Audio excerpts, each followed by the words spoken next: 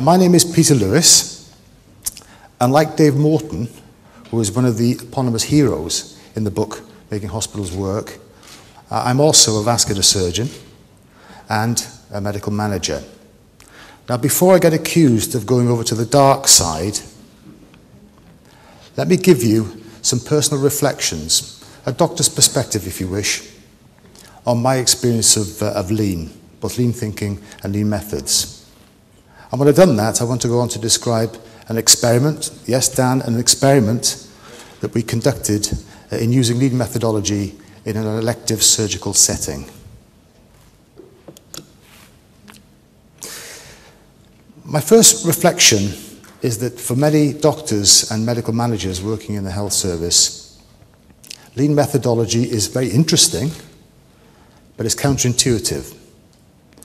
And I think there are three potential reasons why this could be the case, and they're listed on this slide: change, concepts, and industrial comparisons.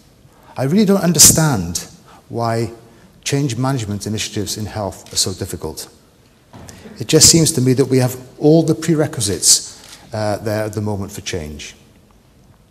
I mean, there can't be any debate now that we have a crisis in healthcare. We have extremely tough government targets.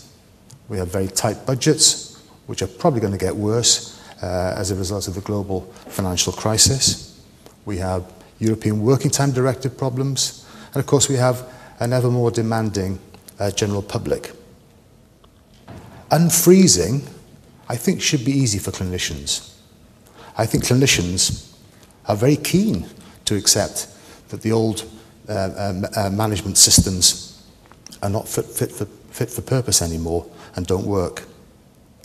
I think the problem area is probably in what's euphemistically called cognitive restructuring. I think this is where the docs find the difficulty, because some of the lean concepts of flow and pull are definitely quite alien to them, and therefore for medical managers they will be very difficult to imitate. And finally, Dan, I know you touched on this earlier on, but doctors still regard comparisons between medicine and industry with some hostility. I have lost count of the number of times I've been in a meeting where there's been heated debates about comparisons between the airline industry and surgical processes. On one other point, clinicians are often criticised for being resistant to change. But in my experience, when it comes to changes in management methods, general managers can be equally, if not more, intransigent. My second reflection is about mentoring. And my healthcare trust in Wales is very fortunate to have a resident lean team. I was reflecting on this last night, whether we were fortunate or whether in fact our chief executive was very far-sighted in drawing together a team, I think I'm right in saying drawn from both industry and from healthcare. The chief executive subsequently lost his job, but I don't think the two events are necessarily connected. I think there still remain questions about whether we've used the lean team in the right way. Anyway, my experience of working with Mark, Ken, Ian, and Dave's in the audience here somewhere has been that this form of mentoring is fundamental for doctors and for medical managers.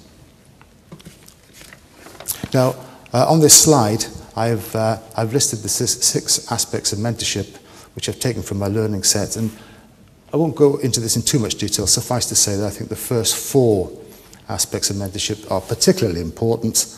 I don't think any doctor or medical manager is going to pick up lean or lean methodology and adopt it on his own. The next three things tend to go together.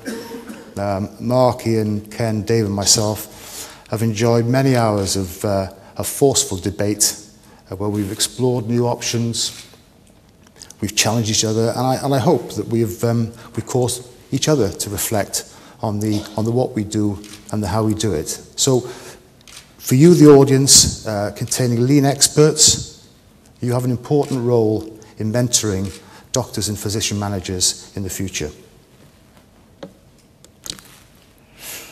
I'm a little bit old-fashioned. I think that a Damascus experience is very important, and I think for doctors working in the management environment, a kind of wow factor is very important. And it's nice to see Kate Sylvester in the audience today. Morning, Kate. I think my Damascus experience really came at a meeting of the Modernisation Agency back in London in the late 90s. And David, I think you having had a conversation with you on the way to the meeting this morning, you probably organised that meeting. At that meeting, Kate described a typical cataract pathway, and we all felt that there was nothing simpler than a cataract pathway. But in Kate's presentation, there was a staggering number of steps, and what we called then handoffs. And I think that for many of us in the audience, that was the beginning of our lean thinking. It certainly rammed home the concept of the patient perspective. And I guess for me, this was the beginning of a value stream. It was obvious that we had to cut out all these steps and certainly unnecessarily waste. And I guess that was Muda for me. And finally, instead of managing waiting lists in the way that we had done, and unfortunately we still very often do, the concept of capacity demand management became very obvious. And of course, that's patient pull.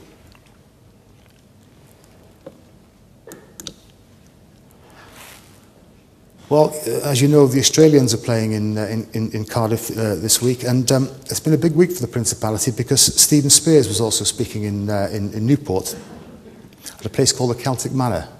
And for those sports enthusiasts in the audience, you'll know that this is going to be the venue for next year's Ryder Cup. Now, Spears is well known for his work on decoding the DNA of the TPS, or Toyota Production System. And I was particularly impressed by the way he applied the 4 basic rules of TPS to health. Wouldn't it be great if our work was so specific that no patient was ever cancelled on the day of surgery for what is effectively a routine problem? How often are you frustrated by the ambiguity in health? How often don't you know who's responsible for a particular outcome? And how often do we end up with this wretched workaround? Do our pathways of care really have to be this ridiculously complex? And does any healthcare organisation really have an improvement culture? Spears is also went on to describe total immersion training, and John, the videos that you played this morning, I think, demonstrated a lot of these points very nicely. You know, even though we are trained as scientists, when did we last witness system change using scientific methods? Now, John made the point that docs are impressed by data, and I think that's absolutely right. But just beware, if the data is not good, the docs will be the first to rubbish it. Am I the only person in this room who has lived with so-called efficiency changes which are handed down on high? The exact opposite of that VP who was doing the walk around the wards? And isn't it about time in health that we concentrated on small, frequent changes? Coaching at the lowest level of the organisation. So it seems to me that lean may have a lot to offer in health. And the question for me was, does it work? And I guess to a large extent that question's been answered. But I'd like to move on now to our experiment, which will at least, I think, add to the success story of lean in practice. And now I'll get even more parochial. This is a portrait of Caerphilly Miners Hospital, and this is where the elective surgery redesign project occurred. And this building once belonged to a gentleman called Mr. Piggott, and he was a rich mining contractor. And in 1923, he sold this building, I can't remember how much he sold it for, but it was probably a princely sum, to a cooperative of miners who worked in the Rumney Valley. And the miners immediately turned it into a hospital, initially to treat colliers who were injured in accidents underground, but latterly to also to treat members of their families as well. And this cooperative system was not an uncommon event in South Wales. And in fact, many people regard this as being one of the forerunners or precursors to the National Health Service. But I guess you've heard that story in other working class environments up and down the country. Now, over the years, there have been some extensions to this hospital, but I think you'll agree, gentlemen, that the building itself has remained largely unchanged. And the point I'm making here is it's not to give you a history of industrial Wales, but it always seems to me that lean gets associated with the high-tech automobile industry. And our experience of lean transformation is that it doesn't require high technology, because this experiment occurred in the outpatient department of an old miners' hospital. And the clinical setting was quite simply my vascular outpatient clinic. My vascular clinic in Caerphilly was mainly varicose vein patients. Of course, this was not only conducted in a place which was geographically separate from the District General Hospital, but it was also functionally distinct. It had different booking, scheduling, labs, etc. And I guess it would be remiss of me not to have a little bit of a dig at some of my colleagues, but there were no junior staff. And I guess this is both a sign of the times, but I think it also was something that helped the consistency of this project. Now I get into rocky, lean domain. The first step we took was to describe the problem. And this slide shows visually the problem, which Mark has altered. The demand or patient pull for this clinic was 10 new patients. And we realized that 3 of the patients didn't need surgery and would go straight back to the GP. Another patient would fail PAC, and I think that's a pretty damning indictment upon the way I practice medicine, so I'm the first to hold my hands up and say that that patient shouldn't have got anywhere near PAC. And it meant that we had 6 patients going through to surgery. And the triangles, of course, indicate the numbers of patients waiting in between. We had a lot of discussion about TAC in this system, and in the end, I think we might have compromised, and we realised that we decided there probably were 2 TACs, one for the outpatient demand and one for demand for treatment. Now, this is a pretty simple surgical pathway, just like cataracts, and you might have expected a current state map to look pretty simple, but so the next stage was to do the current state. And this always impresses me. It's this visual is a very powerful reminder of how chaotic our processes have become. And the other thing that it does is to clearly demonstrate the inconvenience that the patients go through. In this pathway, there were 4 clinical contacts. I put the operating theatre and post-op assessment mentally together. On the bottom are the average times for each patient for their clinical contacts and their waits in between. And if you add all this up, the average value added or clinical contact time was only 382 minutes, which is just over 6 hours, compared to 430,000 minutes or 299 days of waiting. And if you look at this in a slightly different way, and it's something which influenced the redesign, almost 90% of the time between GP referral and treatment was taken up in the scheduling points for outpatients and PAC or pre-assessment clinic. The other thing I want you to notice, and I think this is intriguing, is that we had at least two scheduling points. The scheduling was carried out by 2 different schedulers, often with very little communication between the 2, and patients were scheduled using historical waiting lists. 2 of the steps that I've mentioned took 90% of the pathway time, despite only accounting for 63 minutes, an hour of value added.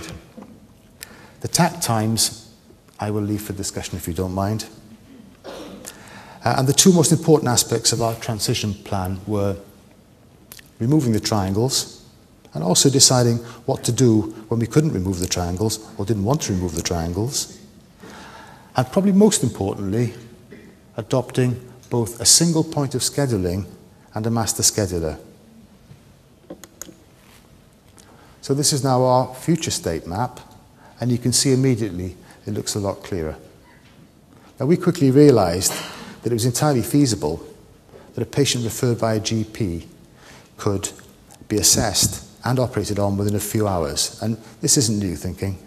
There are lots of places around the country that have direct access, for example, for hernia repair. However, we reckoned that quite a few patients would need some time to make social arrangements for their surgery. So what we did was to run the outpatients and pre-assessment clinic, PAC clinic, together. Initially, we kept the pre-op procedure, which is the lean team's euphemism for a duplex scan. Initially, we kept that separately, but we've subsequently added that back in to the op-PAC appointment to create what we call a one-stop shop. And the second move, and I think this is probably the more important move, was we decided to put a single scheduling point right at the beginning of the process. And we use one of the lean team, Lisa, who unfortunately can't be with us today, to be the master scheduler. And because we had greater capacity than our TAC times demanded, we deliberately scheduled all our current demand and used the excess capacity to burn off our backlog. And the effect of these changes were, for me, quite startling. First of all, we reduced the time to appointment. Obviously, we took out the time between outpatients and PAC. And also, interestingly, we greatly improved our planned to actual performance. So this is a slide of our elective surgery A3, and this has been talked about quite a bit earlier this morning. So I'll just simply point out our countermeasures, plan with timescales, which I think is too small for you to see. But what has impressed me all along about lean approach, and this has been mentioned time and time this morning, is the use of visual aids. And I would go so far as to say that, in my opinion, visual aids are now a fundamental part of ops management. There's an old management aphorism, isn't there? If you can't measure it, it's not worth doing. Well, I just wonder now that there needs to be a new aphorism. If you can't see it, you're not doing it properly. The other thing that's impressed me a lot, and I think it's worth repeating at this stage, is that the lean team have provided very tight operative management. By that I mean they've always been there, directly observing the system, picking up the problems as they occur. They've provided minute-to-minute and hour-to-hour management, and this is very different to the sort of command-control management style that I was previously influenced by. Now, this slide shows the overall results of the experiment. Not only did we achieve our RTT target, our referral to treatment time target, but I think you'll agree that there was an impressive reduction in the time that the process now takes. But I think the main point on this slide is this result has been achieved without increased capacity or cost. There's been no additional docs, no additional clinics, no nurse pracs, no waiting list initiatives.